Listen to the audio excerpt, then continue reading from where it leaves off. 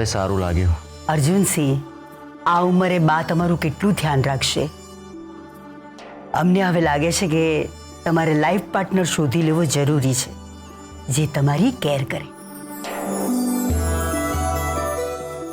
એક મિનિટ બા, વેદિકા ભાભી પણ આ જ કેસેટ વગાડી રહ્યા છે. તમારે અને વેદિકા ભાભીને કોઈ વાત થઈ છે? અરે આ બધું શું છે? હા, આ મુશ્કેલી ના જાઓ અર્જુનસિંહ. અમારું કહેવાનું ફક્ત એટલું જ છે કે તમે આના ઉપર જરા વિચાર કરજો. ભલે છોકરી તમારી પસંદગીની હોય, અમને એમાં કાંઈ વાંધો નથી.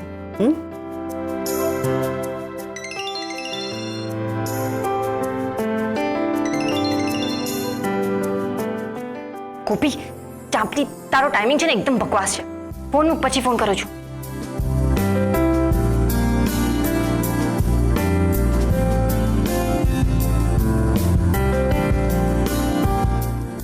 જોયું બા, અમને હમણાં સમય મળે છે મારી ખબર કાઢવાનો. ઓ અર્જુનભાઈ, બહુ ડાપણ.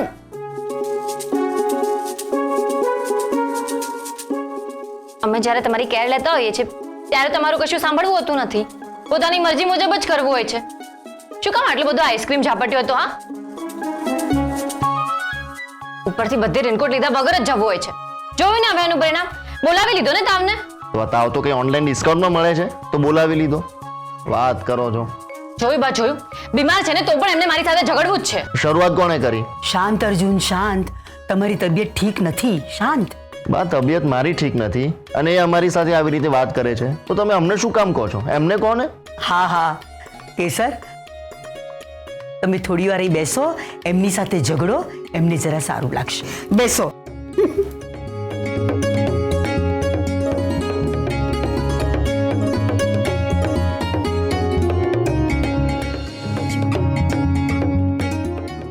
એમને ફોન કરો, બિચારાને કંઈ કામ હશે.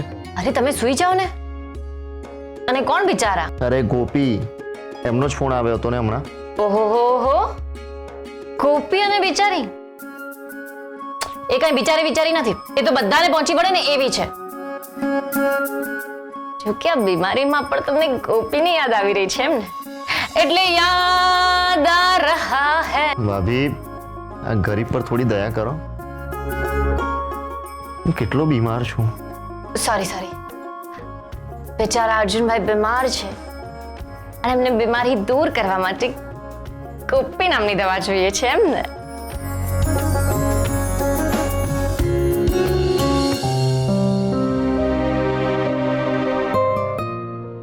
બા,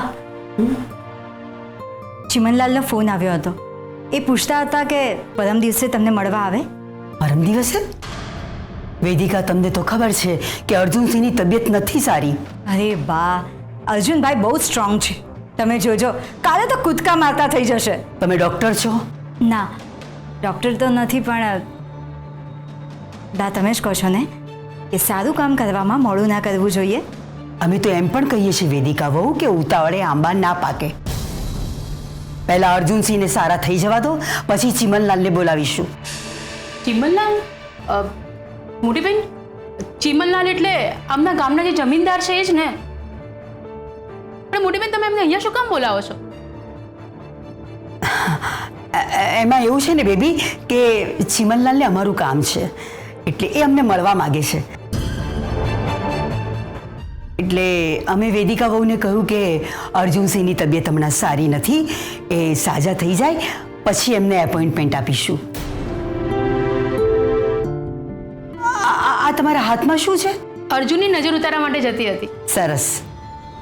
કેસર વહુની પણ નજર ઉતારી લેજો. સારું.